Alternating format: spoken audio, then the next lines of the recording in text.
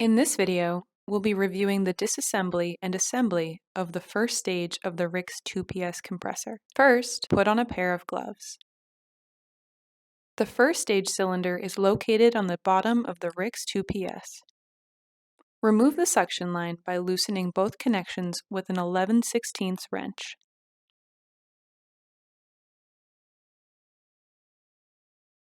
Make sure to cover the open ends of the line with tape or a glove to keep contaminants out of the line. Also, make sure to cover the fittings on the head. Remove the discharge line by loosening the connections with a 9/16 wrench.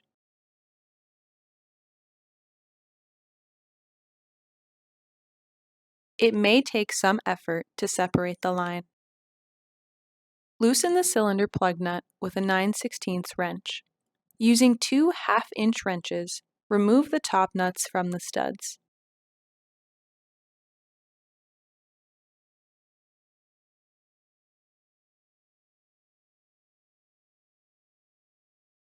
In the next step, it is often helpful to slightly tilt the RIX compressor to make space for removing the cylinder assembly. Remove the two studs while holding the head against the cylinder. You may have to rotate the cylinder slightly to allow the suction fitting to clear the base. Keep track of the paper shims that come off with the first stage cylinder. Do not damage or lose these shims. They are used to adjust the clearance of the RIX. Keep them with the cylinder.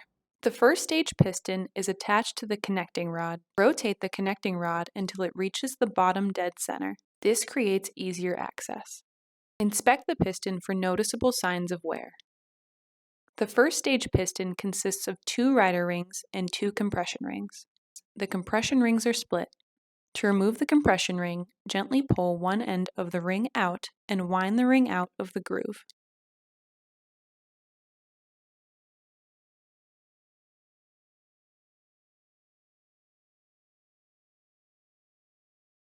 You will find that under the compression ring is an O-ring.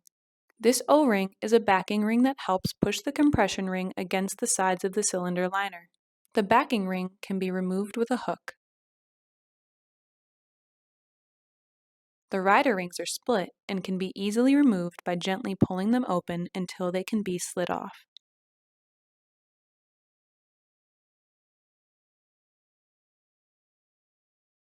To install the rider rings, gently spread the rider ring and slip it over the end of the piston until it fits into the groove.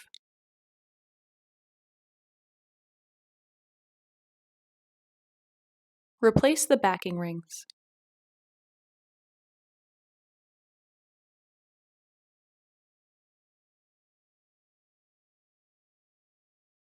Compression rings are installed in the opposite manner to which they were taken off.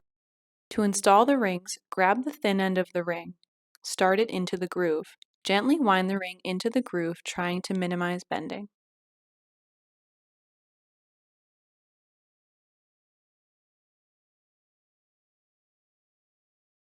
The first stage piston is attached to the connecting rod. Make sure to cover it with a glove to prevent it from becoming contaminated. Inspect the bore of the first stage. Look for signs of uneven or noticeable wear. Any scratches that can be felt with a soft tool or gloved finger are cause for concern. Inside the head are the valves that control the flow in inlet and discharge lines. To remove the valve assembly from the head, first use a 9/16 wrench to remove the head plug. Next, use a soft drift to firmly push the valve stack out of the body onto a clean work surface. This is the valve stack spread out in order. It consists of O-rings, reed valves, and a valve plate. During regular service, reed valves and O-rings will be replaced. You should examine the valve seat for signs of wear. If the valve seat is especially worn, you should replace it with a new one. Place a reed valve into the cylinder head. Next, place an O-ring on the discharge side of the valve. Apply a small amount of Krytox lubricant to the O-ring. Notice that there are 2 sides to the valve seat, the suction side with a circular recess around the central hole and the discharge side with no recess. Put the O-ring on the lip of the discharge side. This side will face down into the cylinder head. Place the second reed valve on the valve seat in the cylinder head. Finally, apply a small amount of Krytox to the second O-ring and place it into the cylinder head. Make sure the O-ring is sitting along the perimeter of the valve body. You can use the first stage cylinder to help move the O-ring into position. Place the first stage cylinder onto the head. Check that the same number of spacer shims are present on the cylinder as when you first removed it. With a nut on one end, insert the threaded studs into the cylinder head and up through the cylinder. With the help of an assistant, tip the machine and insert the entire assembly into the unit.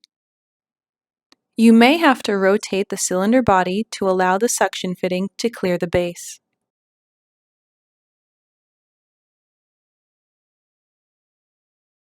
You may have to move the discharge line to position the head in place. Make sure that the cylinder seats against the recess in the base.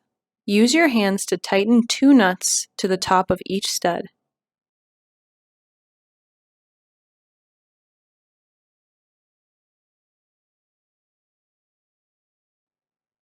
Then, using a torque wrench and a 1/2-inch spanner, begin to tighten the studs. Alternate tightening the top nuts in small increments until each stud has been tightened with 15 foot-pounds.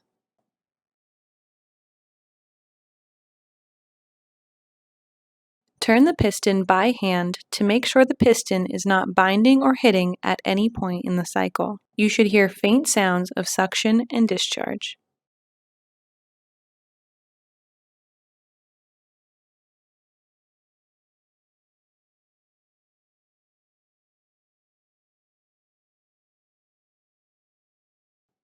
Reconnect the suction and discharge lines. It is often easier to connect one side first without tightening fully and then connect the other side. You may need to use some force to get the other side to seat in its fitting. Be careful not to cross-thread the fittings.